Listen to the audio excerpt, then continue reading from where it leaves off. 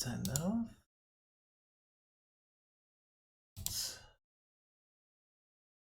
Now, sound on, everything's good. Beautiful. Travis Carter here for Carter's Corner Daily. 18th of May. I'm a little bit early. Got my coffee. So happy days. I really need to get a placemat. Coffee's really loud when I put it down. So a little bit quiet on the press release side of things today. Only been the two. So not really much in it. So yeah, a little bit disappointed in that side of things. But anyway, you know, when there's nothing on, there's nothing on. There's not much you can do about that. So the first one is from the Honourable Reece Whitby. There you are. Let's get rid of that bit and boom. I'm getting better at this, slowly getting better. So we'll do two press releases. I'll zoom this in a little bit. And there's also, I got sent a media link, and it was from one of my Patreons. He wanted to have a talk about the unfair treatment of different people in regards to police shootings and what happens with them, and how they're handled. So I'll get to that one in a minute. But start with this one. So again, it's another Wear Orange Wednesday to thank the SES. So the SES do phenomenal work. They're really awesome. The amount of work that these guys put in is insane. So I think it's a great thing. It's a bit of a fluff article. Let's get into it. Show appreciation for State Emergency Services, SES with orange attire. SES volunteers respond to more than 2,700 incidents across WA over the past year. Perth landmarks will be lit up orange to recognise their efforts. So again, another Perth landmark will be lit up a different colour. So we've had red, we've had yellow, we've now got orange.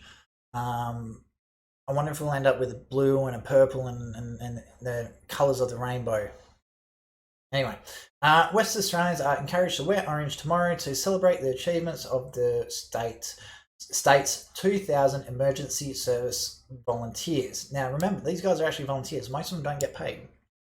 So again, if you want to feel like you're a part of the community, make sure you volunteer. State Emergency Services is really cool. They've got some really high standards you have to be able to meet, but really good, very valuable. I've got a few friends who do SES work. The McGowan government will recognise the invaluable contribution of the SES, who, during the devastating impact of Tropical Cyclone Seroja, received more than 1,600 calls for help. Throughout the year, SES volunteers drop everything and don their orange overalls to respond to storms, cyclones, floods, land searches, vertical rescues, and car crashes. I've seen some absolute pearler car crashes near where I live. Over the past year, volunteers have devoted more than 21,000 hours responding to 2,702 incidences throughout Western Australia. They play an instrumental role helping communities prepare for emergencies, as they did in the lead up to Seroja, and provide vital support during major incidences. Major incidences such as devastating Woolloomooloo bushfires. The WOW Day, this WOW Day, several landmarks across WA will be lit up in orange, including Matagara Bridge, the Perth Bell Tower, Elizabeth Quay, and Brookfield Place. It seems that they're all going to be lit up at the same time, so I'm wondering if they're going to be doing sort of like a cycling through orange one day, red the next. Sorry, orange for an hour, and then they'll change this over.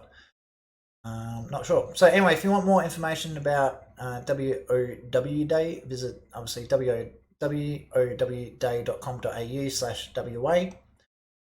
Alright, and now a few comments from the one and only Reece Whitby.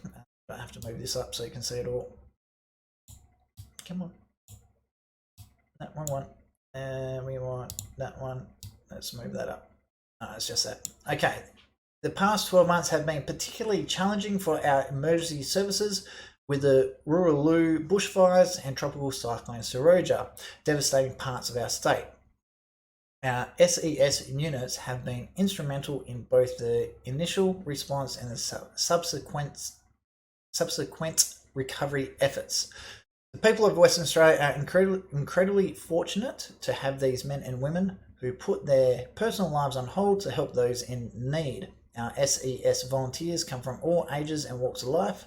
Their contribution to our state is invaluable, and I would encourage everyone to wear their bright orange today to show our appreciation of the SES. So, a bit of a fluff press release. Not sure if it's...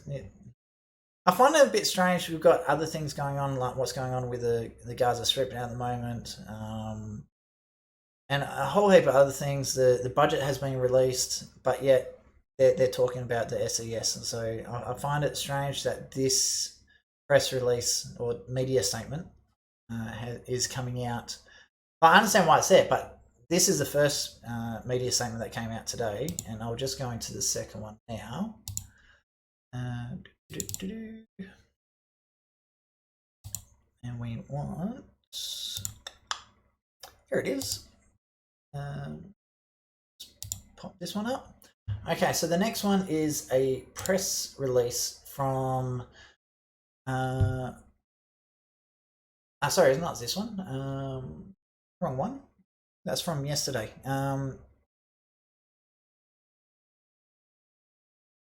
Actually, hang on, might be. No, it is this one. Sorry, my bad. So this one's from the Honourable Paul Fletcher, Minister for Communications, Urban Infrastructure, Cities and the Arts.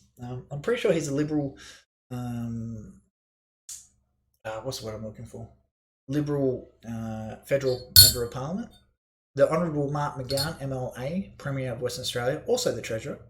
The Honourable Rita Saffioti, MLA, Minister for Transport, Planning and Ports.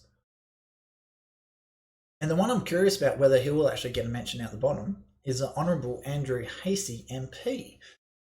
So this one came out today. All right, let's have a look here. Metronet transforming Perth's southern suburbs.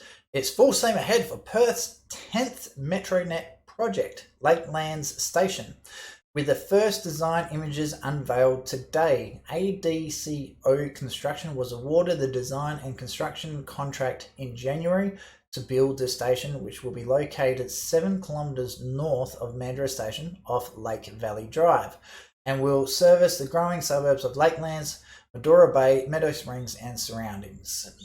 I think this is actually quite needed. The new station will include a pedestrian overpass connecting platforms on either side of the rail line, cycling facilities, bus interchange, toilets, approximately 400 bay car park, pedestrian and cycle friendly pathways, and landscaping featuring native species. Now, this is a bit that I find interesting. 400 bay car park.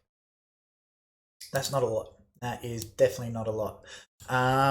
To put it into context, in the area of Rockingham, they have about 50,000 houses. So of those 50,000 houses, let's say 10% of them commute for work. So 50,000 houses, 10%, you're looking at 500. Actually, that's 1%. 5,000 people would commute for work heading north. So that's like a tenth of the parking bays actually required if this was in the Rockingham area. Now these area is rapidly growing. The 400 bay car park might be sufficient for today. I'm wondering to see what will happen in 3 years' time. Will this 400 bay car park be sufficient for the population growth that they're expecting? A prime example, the Mandurah train station is already going through a revamp to increase the parking facilities available. Now, you can have the argument, but you can catch the bus into the train station and go from there. Why do you need to take your car to work to the train station? Fair call. that would be great if the bus services in Mandurah were sufficient to cover everyone so they could easily get to a bus to get to the train station. Again, the facilities that they're creating is very, very good, but you're impacting everything around it to make something else look great. So for prime example, like north of the areas, they're putting the smart freeways into place. So instead of having the congestion on the freeway, they're putting it onto suburban roads, which is happening in south areas. High Road, South Street, yeah, it's not good. So again, I'm thinking by restricting the car park bay to only 400 cars, are they going to be, instead of having sufficient parking doing it now, so why don't they go straight to the 3-story car park bay? Put 1,500 car bay available straight away. It will cost more now, but it's going to save a hell of a lot of money in 5 to 10 years' time. So again, I think this is a little bit narrow-sighted. They probably should have looked at this a little bit better. Anyway, getting back into it. Work will commence in July and is anticipated to support 200 jobs during the construction. The 32 million Metronet Mandurah Station multi-storey car park is progressing well with construction at the halfway mark. So here we go. This is what I was talking about, the Metronet Mandurah Station multi-storey car park. $32 million, that probably could have been about $20 million 5 to 10 years ago. So when they were originally building the car park, like the Mandurah train station, why don't they just go straight to multi-storey then? Again, like why do we continue to make the same mistake? Why are we constantly going back and rebuilding something which should have been constructed properly the first time, when it should have been planned properly? We already know population growth in Australia is far, far, far in excess of what the what they call it. They do formulas and they try and estimate what the population is going to be in like 20 years' time. We've already reached the population for 2030, I think it is. We're like 50 years ahead of population growth models. The modelling, that's the word I was looking for. So why don't you just chuck an extra 30% straight on the top, work out, okay, we need 400 car bays now. Let's go straight through to, say, 1,500, times it by 3, and we'll see how we go. Okay.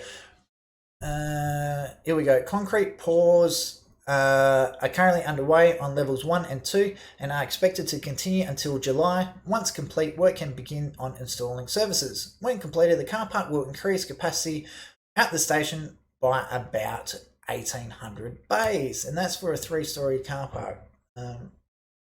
To give you an idea, that's effectively 1,800 families that are getting to work, who get to commute for whatever reasons.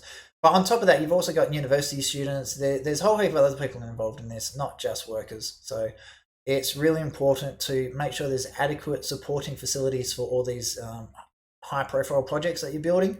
And it just seems the government, again, they go, our train network is struggling, so let's build more train stations. Yeah, that's fine. But why is the train network failing in the first place?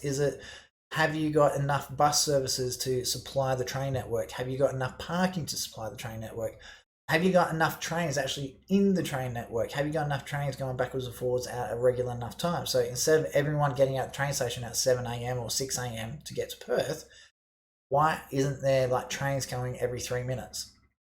So one train leaves, another one comes in. So having more regular trains might be a way to reduce the amount of congestion on the roads, because I know when I used to be a part of the rat race, the only reason I didn't take the train is because I could never get a parking. And if I did get a parking, I'd be that jam-packed. I'd have like weird people pressing up against me. It wasn't enjoyable. It was stupid. It was stressful, and I did not enjoy it. So anyway, continuing on. The project is being delivered by local... I'm not sure if that's meant to be there. The project is being delivered by a local Balcatta primary school.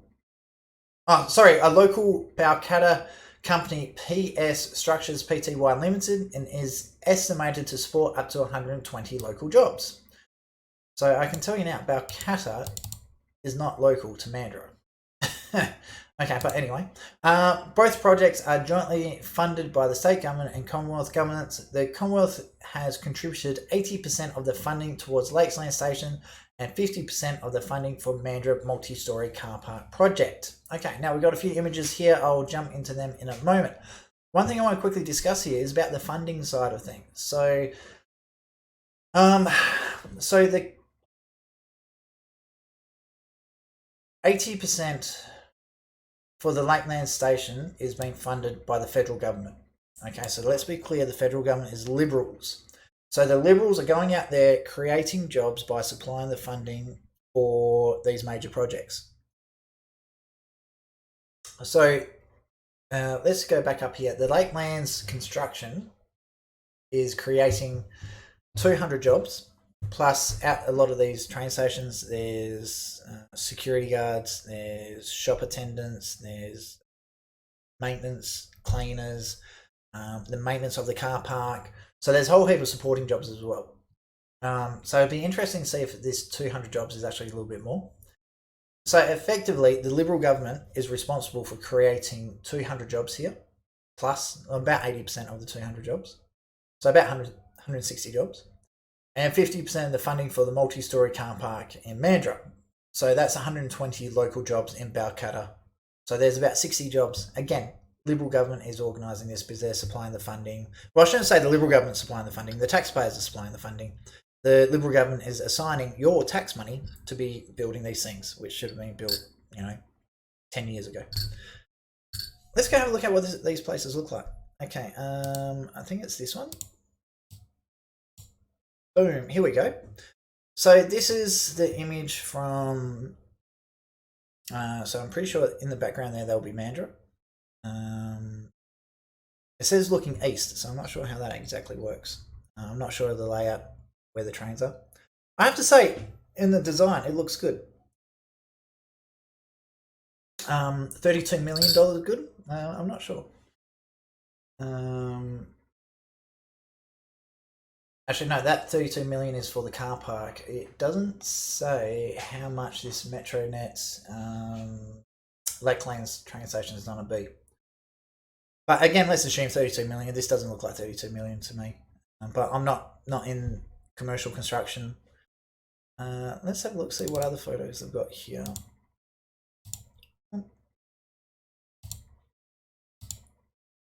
Alright, just bear with me for a moment. I'll see if I can get some more photos for you.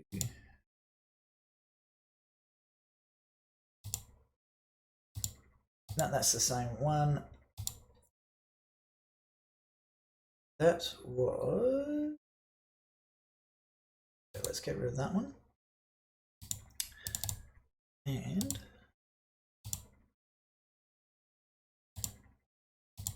these photos coming up. No, they're not. They're being problematic. So there are more photos there. I'm just not sure why. Here we go. And we turn that one on. So that's an aerial view of it. So this is the bus interchange where the buses come in. This is where you get in. Stairs for pedestrians.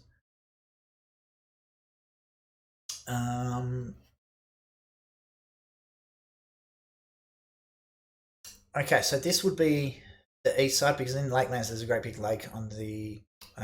sorry, this is the east side. There's a great big lake on the east side of the freeway. So I'm not sure exactly where the train tracks go through there. So this is my assumption at this stage. I could be wrong, so please don't hate me for it. I find it kind of interesting that there's houses right on the car park.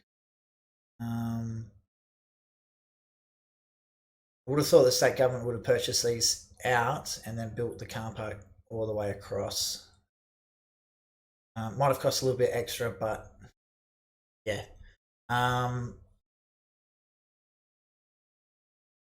Yeah, it looks, again, it looks good, but these are artist drawings. So let's see if I can get some more of these other photos up. See if we can get another aerial photo. Yeah, see, I'm getting better at this. So it looks good. I love the corrugated iron. I like the what do you call it? Throwbacks to original, very old school Australian construction back in the outback. Pretty much all the old houses, pre 1950s, all had corrugated iron roofs. I just like it whenever they do things like that to show, a bit of a throwback to them. Drop-off areas, parking, lots of trees. See, this is one thing I would really like about this one. So I'm not an environmentalist. I just think anything that's constructed, always put trees in. First of all, the trees are going to reduce the heat on the bitumen, so it's going to make things a hell of a lot more comfortable. You don't provide shade for the cars. I always like seeing trees in car parks. It's just, yeah, it rips up the road and the paving every now and then, but yeah, you need trees. Trees have a massive cooling effect in the local area, and I'm not talking global warming here. I'm just talking about general. Like when you're walking through, this offers a bit of shade, especially down that way. It does sometimes get low mid 40s, and you get days like that. It's stupid hot. One thing I wouldn't mind seeing is if these could be fruit trees. I'm a big fan of the theory of putting fruit trees everywhere because, again, homelessness in Mandurah is a bit of a problem. It does supply some extra food, natural food, really good quality food. I'm not sure how to go hitting cars like apples or oranges, whatever, hitting cars. But I like the thought of, instead of having just random trees, having fruit trees, things that produce stuff that's edible. So yeah, so there's some of the images. There's a whole heap more. If you want to have a look at them for yourself, you can actually go down to this link and you can actually download them yourself to have a look. All right, comments attributed to the Premier Mark McGowan. I try and catch the train from Rockingham as often as I can, so I know how popular the Mandurah line is with commuters. I think it's just because it's cheaper than fuel. I've never heard of anyone seeing Mark McGowan on the train, so I'd like to see how often he's actually on it. Adding a new station at Lakelands, increasing parking capacity at Mandurah Station will mean more people will be able to access and catch the train to and from Perth. Combined with our election commitment to cap fares at 2 zones, the Perth Metronet project means better access to public transport while also creating and supporting local jobs. You know what? I like public transport. I just wish we did it better in WA. I can't stand traffic. Traffic just irritates me to no end. So yeah, and I also really like the 2 zone fares. I like that. Comment attributed to the Federal Minister of Communication, Urban Infrastructure, Cities and the Arts. Probably should have been Honourable Paul Fletcher, but anyway. Our investment in targeted infrastructure projects like Metronet is helping to reshape Perth and provide a boost to local jobs and the economy. Lakeland Station and the Mandurah Station multi-storey car park are some of the many critical infrastructure projects to receive funding from the Morrison government as part of its record $110 billion 10-year infrastructure pipeline. Now, the thing I'm curious, my understanding is the South Perth train station, which doesn't exist, has received council approvals, has received funding, has received absolutely everything. It just hasn't gone to tender to be constructed. Why hasn't that been built to help alleviate some of the pressure off the train network? So that'd be an interesting response to find out why that still hasn't been built. Now, comments from WA Transport Minister Rita Saffioti. Coming out of COVID-19 pandemic, it's important to have a pipeline of work available for local businesses and local workers. When construction starts in July, Lakeland Station will be our 10th Metronet project underway, and it is anticipated to create and support up to 200 local jobs. The Mandurah line completely transformed the way commuters from the southern suburbs travel, and a new station at Lakelands and a new multi-storey car park in Mandurah will encourage more people onto our trains. Good. I don't mind that, but the problem is there going to be more bus services leading into the train station? Still with that, I think it was 1,800 parking car park in Mandurah. I still don't think that's big enough. I think they're short on that one. Here we go. Comments are attributed to federal member for Canning, Mr. Andrew Hastie. I find it strange that he gets Mr. and Paul Fletcher doesn't get anything. Anyway, along with the Mandurah community, I'm excited to see the new Lakeland Station and the Mandurah Station car park upgrade becoming reality. I grew up catching 2 trains and a bus to school every day, so I understand how access to public transport will provide greater mobility and opportunity for the people in Mandurah. The Morrison government provided 80% of the funding for Lakelands Station and 50% of the Mandurah upgrades. We listened and delivered. I'm proud of that record and proud to be part of the government delivering for our region, which is good. Now, something that I raised yesterday, just got to move this up because I was a little bit low. So we've got media contacts for Premier Mark McGowan, Minister Fletcher, and Minister Saffioti, but we've got nothing for Andrew Hasties. So I find it interesting that they're constantly leaving off West Australian Liberal. Right here, there should be Honourable Andrew Hastie, and then media contact list. Because if I wanted to get contacts off Hastie's office, I'd have to find all those details myself, and I can tell you now I don't have time to do that. So it'd be nice to just have it on here as a press release. I find it a little bit interesting that this is not the first time this has happened. I've noticed this off quite a few press releases. If it's a joint one between Liberal and Labor, there's generally a Liberal person left off. A little bit concerned about that, actually. But anyway, so these are the first two press releases. They're the only two at this stage. Now, let's pop that off, and I just want to pull up this article that got sent to me. So, where are we? Here it is. And I want to go here. I want.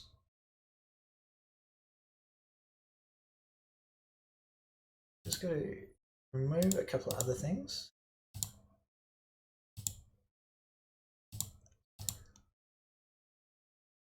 Don't need that either. Here we go. So these are the articles that got sent through to us.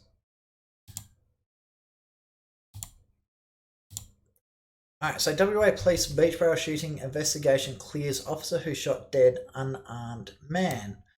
Whoops. So this is a ABC News article. This article came through on the Wednesday, the 17th of April in 2019. So for those who watch the ABC, I won't say shame on you, but shame on you.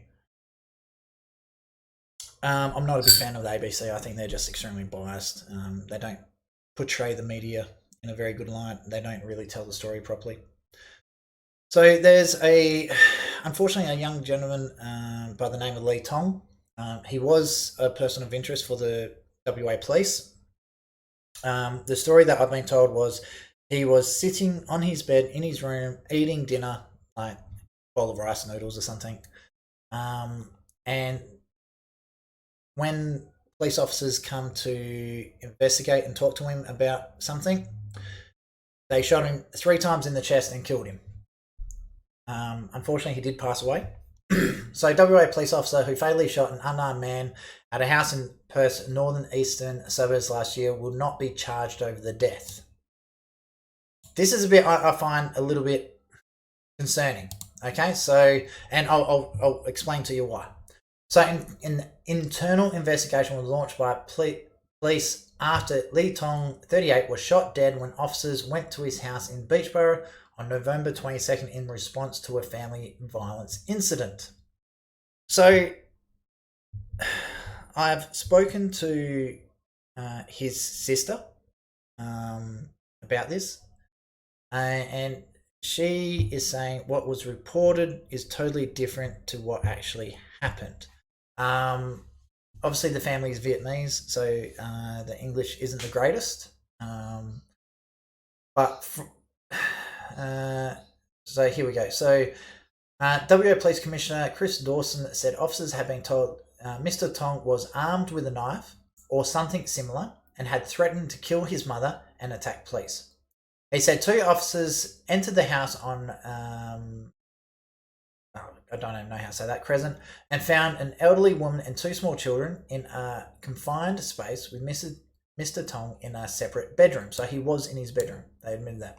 When Mr. Tong emerged from the bedroom, he was shot 3 times within seconds by one of the officers and died almost immediately. So he's taken 3 shots to the chest as he came out of the room. Commissioner Dawson said Mr. Tong did not have a weapon in his hands, but was found to have a small knife in his pocket and 4 other knives in his bedroom. So he was not armed. So the police have said that he was armed and they shot him 3 times in the chest. From communications that I've had with people that were involved in this one, he was in his room eating dinner. So I don't know about you, I use knife and forks to eat, so I would have had a knife, so they would have considered me armed. So he was sitting there eating dinner. I'm also told that he did not emerge from his room, that he was sitting on his bed eating. The police, as they walked up to the bedroom, the police were allowed into the house. They pulled their guns before they even opened the door to his room, opened the door, he stood up, and they shot him 3 times in the chest and killed him on the spot. So now the family has requested that the coroner do an actual investigation into this.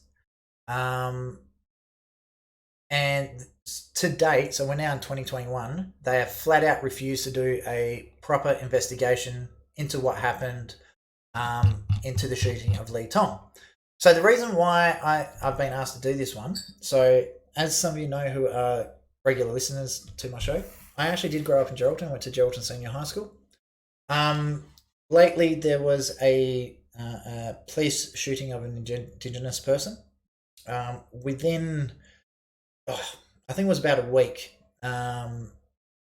the police officer involved in that shooting was charged for manslaughter. At the time of the shooting, I've spoken to witnesses who have actually witnessed the shooting. The person that is now deceased apparently was on top of another person, on top of a police officer trying to stab him with a knife. So they were trying to take a police officer's life. It was the deceased person was shot in the act of self-defense. So I find it strange that they're treating that shooting totally different to this one. The police have openly admitted he was unarmed. At no point has he threatened the police. At no point was he a risk to anyone else. And yet they're just saying the police did nothing wrong. Like this, from the limited information I have, this looks like a murder. It doesn't look like an accidental police shooting. An accidental police shooting would generally involve 1 bullet. These are not automatic weapons that the police are using. These are Glocks. They just, every time pull trigger, it fires a bullet. So to shoot someone 3 times in the chest within a second is an intentional act. It is not an accidental act. If they're just following their training, I'd say the training needs to be updated for the police. I think there's a lot of things wrong with this, and I think there needs to be a coroner's report and a full investigation. My understanding, when police go to, even back then, whenever police go to a so-called domestic violence situation, they're wearing body cams. So I'd really, really love to see that the body cam of the police be released on things like for Lee Tong, the shooting up in Geraldton, and all these other incidences involving police. Why are the ones involving people of one certain race treated differently to another one? So there needs to be an investigation into this. I'm sorry, it needs to be done properly. It needs to be done outside of the police jurisdiction. It just screams dodge when you have a look at this, and I'm very, very disappointed in the Western Australian Police for the way they've handled this. I'm very, very disappointed in the police minister for the way they've dealt with this one, and the police minister should be stepping in saying a coroner's report needs to be done.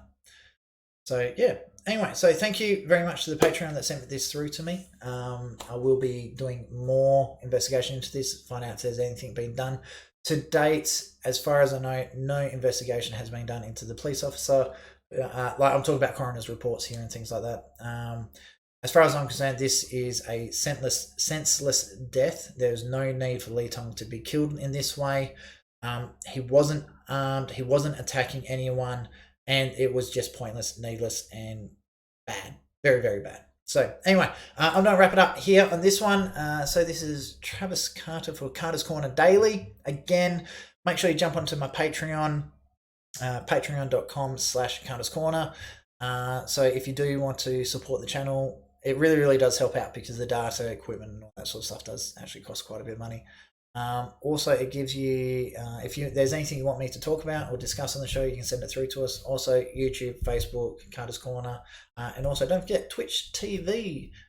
Twitch has been phenomenal. They're really, really good, great platform. So if you do want to send your own videos out there, make sure you jump on and have a look at Twitch. It's been really, really cool. But anyway, ladies and gentlemen, I'm going to leave it there.